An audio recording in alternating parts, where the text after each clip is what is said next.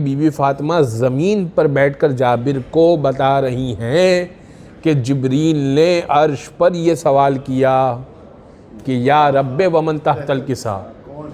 تو مقام و منزلت آپ سمجھ رہے ہیں کہ جبریل اور اللہ کی کنورزیشن کو بی فاطمہ بتا رہی ہیں. یا رب ومن تحت الکسا، اے پروردگار یہ بتا کہ چادر کے نیچے کہوں فاطمہ و ابوہا و بعلوہا و بنوہا، یہ فاطمہ ہیں، یہ ان کے شوہر ہیں. ہم فاطمہ و ابوہا، یہ ان کے والد گرامی ہیں. و بعلوہا و بنوہا، یہ ان کے شوہر ہیں اور یہ ان کے بچے ہیں. اچھا اب غور کیجئے آپ، یہ تعارف پروردگار نے جو کروایا ہے بی فاطمہ کے ذریعے سے، یہ کمال تعارف ہے پروردگار کا.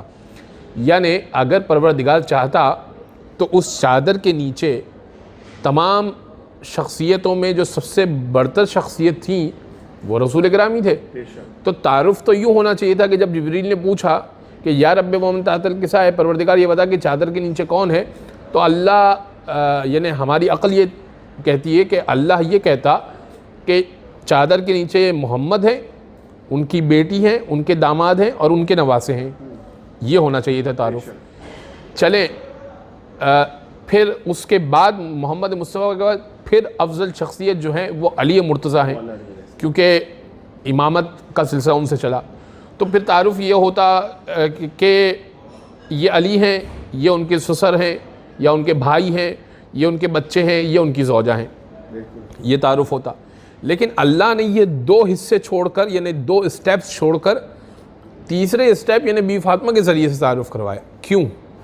اس کی ایک لاجیکل ریزننگ ہے. آپ غور کیجئے، اگر پروردگار یہ تعارف کرواتا کہ یہ محمد ہیں، یہ ان کے داماد ہیں، تو داماد کی حیثیت ثانوی حیثیت ہوتی ہے.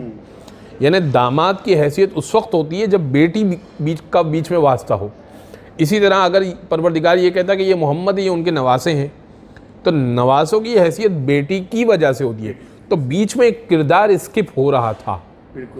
اسی طرح اگر علی کے ذریعے سے تعارف کرواتا تو یہ کہتا کہ یہ علی ہیں اور یہ ان کے سسر ہیں یا ان کے چچا زاد بھائی ہیں. تو چچا زاد بھائی کی حیثیت بھی ایک بیچ میں ایک چچا کا کردار ہے اور پھر چچا زاد بھائی ہیں، یا بیچ میں زوجہ کا کردار ہے اور زوجہ کی وجہ سے سسر کی حیثیت ہے. تو ایک کردار بیچ میں رہتا.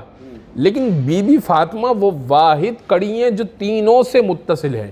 ہم فاطمہ و ابوہا، یہ فاطمہ ہیں، یہ ان کے باپ ہیں. ہم فاطمہ و بعلوہا، یہ فاطمہ ہیں، یہ ان کے شوہر ہیں. یہ فاطمہ ہیں، یہ ان کے بچے ہیں. یعنی میں نتیجے کا ایک جملہ دے دوں آپ کی خدمت میں، فاطمہ وہ ہیں جو رسالت کا بھی تعارف کراتی ہیں، ولایت کا بھی تعارف کرواتی ہیں، امامت کا بھی تعارف کرواتی ہیں.